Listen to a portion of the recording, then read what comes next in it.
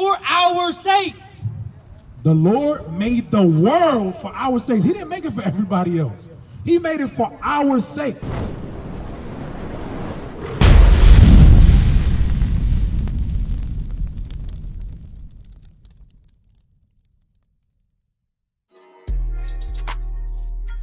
Man, what y'all waiting on? Y'all need to go ahead and subscribe to the channel.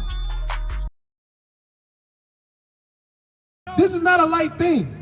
I mean, the Lord built this for us. Don't get it twisted. You know what I'm saying? So we can do it. But I'm saying it's very important. It's a very important task. That's right. Waking up brothers and sisters like you. Waking up, bro, he just told you how important you are. Remember I told you that the wars are happening in the Middle East because of you?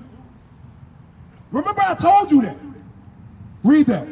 Isaiah 49 verse 6. And he said, it is a light thing that thou shouldest be my servant. So we are God's servants. The Israelites, the so-called black man, are God's servants. So what does God want his servants to do? Read. To raise up the tribes of Jacob. Raise up the tribes of Jacob. These are the 12 tribes of the nation of Israel. Our forefather Jacob, whose name was turned to Israel. Why? Because he's a prince who has power with God.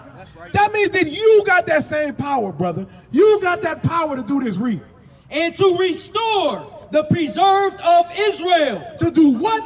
To restore the preserved of Israel. That's our job. That's our job, brother. That's what we're supposed to do. That's the end of the verse? Or is there more? Read. I will also give thee for a light to the Gentiles, that thou mayest be my salvation unto the end of the earth. So we're supposed to bring this gospel. We're supposed to teach our brothers and sisters here in America and spread abroad. It's not just local to here. This is all over the world because this whole planet is ours. Remember, I kept telling you that the war going on is for you. Why? Because the Lord made the whole world for our sakes. He made the entire world for your sake. For your sake. So what does that mean? What do you got to do to get it? You know what I want? 2 Ezra 6. 2 Ezra 6. 54. So I want you to understand, like I said, this is not a coincidence that you came here today. This is not a coincidence. Read. 2 Ezra chapter 6 verse 54. And after these, Adam also, who made us the Lord of all creatures. Of him come we all. So we all come from Adam, right? That's what we were talking about before. All of us come from Adam. But there's a chosen lineage. Just like what we were going over with the brother before. Read. And the people also whom thou hast chosen. God chose you. You are part of the people that God chose. It ain't everybody in the world. Read. All this have I spoken before thee, O Lord, because thou madest the world for our sakes. Read that again. O Lord, because thou madest the world for our sakes. The Lord made the world for our sakes. He didn't make it for everybody else. He made it for our sakes. Now we messed it up because we broke the commandments. We broke the commandments, so that's why we got the curses. But guess what? The Lord, the Spirit of the Lord is back on this earth. You are seeing it before you because you got young men out teaching the Bible. When have you seen that? Is that something you see every day? Absolutely not. You see men who are confirmed. They are dedicated to teach the word of God to his people. That's why we out here. That's why I said, bro, you got to come in and learn. Like when we were going over today. Today is the Sabbath day. On the Sabbath day, it's not supposed to be no buying and selling. Did he go over that with you? Hey, yo, did you go over the Sabbath day with him? Not in detail, no. All right, we're going to go through the Sabbath day for you, just so you understand. He went through the Sabbath day? Yeah, he did. He said it's not supposed to be Sunday. Okay, right, but he didn't tell you. Okay, good. So you talked about that. But do you know how to keep the Sabbath day? Like, do you know how to observe it, the proper way to observe the Sabbath day? Okay, so we're going to get it for you real quick because it's very important. It's literally the first high holy day or first holiday that God established in the Bible. It's the first one. So we should, you know what I'm saying? We should remember it because it's very important. Read. Exodus chapter 20, verse 8. Read. Remember the Sabbath day to keep it holy. 6 days shalt thou labor and do all thy work. But the seventh day is the Sabbath of the Lord thy God. In it thou shalt not do any work, thou nor thy son, nor thy daughter, thy manservant, nor thy maidservant, nor thy cattle, nor thy stranger that is within thy gates. For in 6 days the Lord made heaven and earth. So 6 days, right? It said the seventh day is holy. So in 6 days, the Lord made everything, right? But he gave us as an example that that's what he did. On the seventh day, he rested. That seventh day is representative of us. We're supposed to do that as well.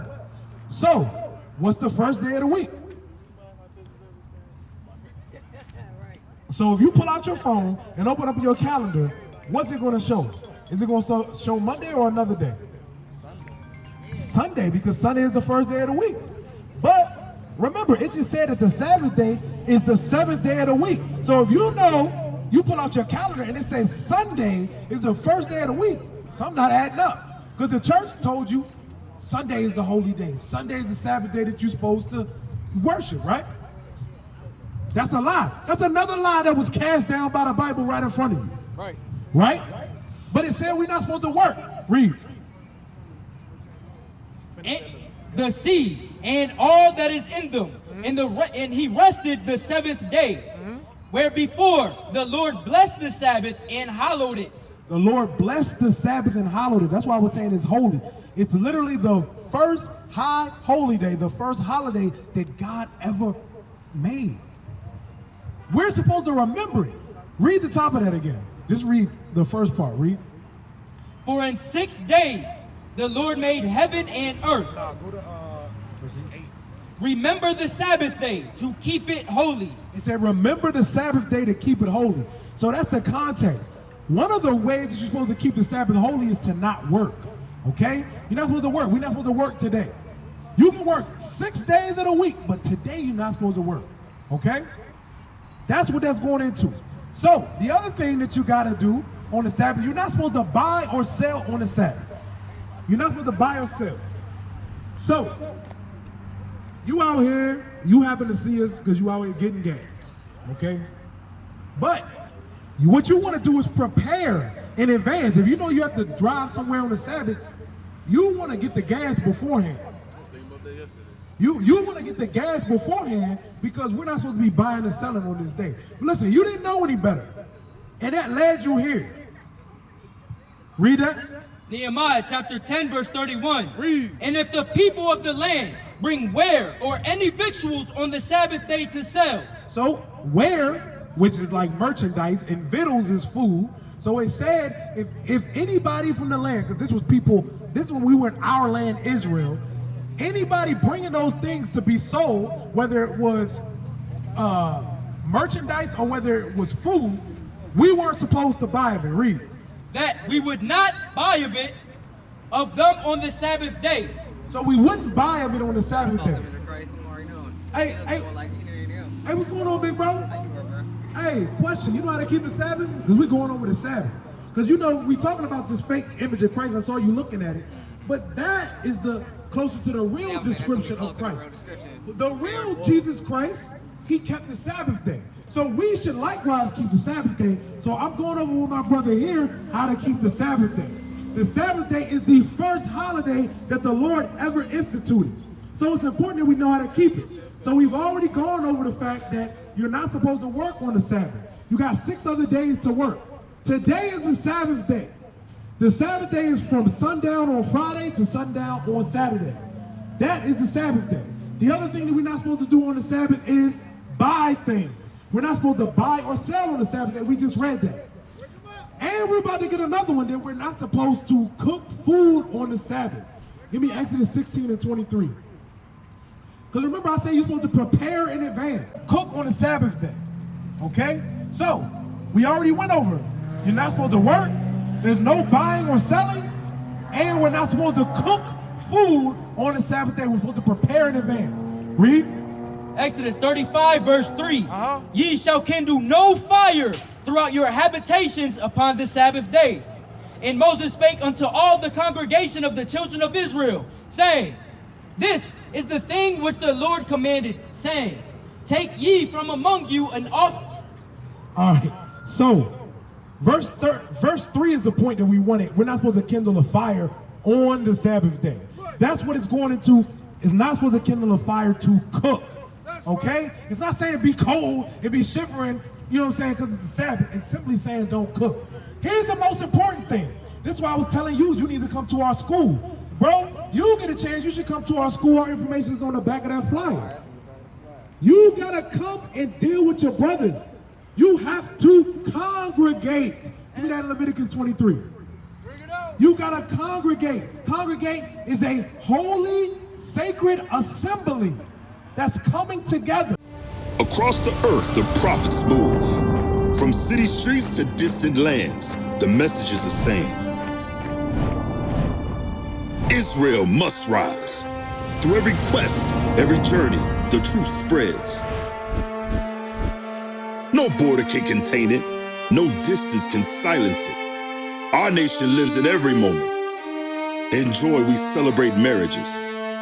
In sorrow, we honor our dead. On the Sabbath, we gather as one.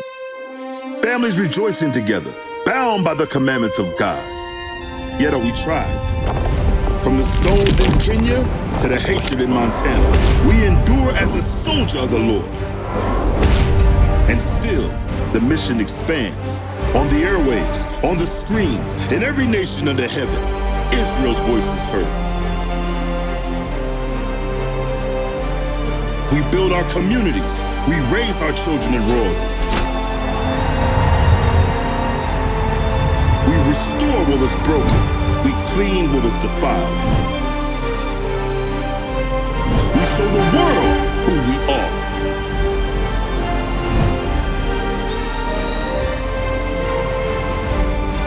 This is Israel united in Christ. Nation in motion. Nation endures.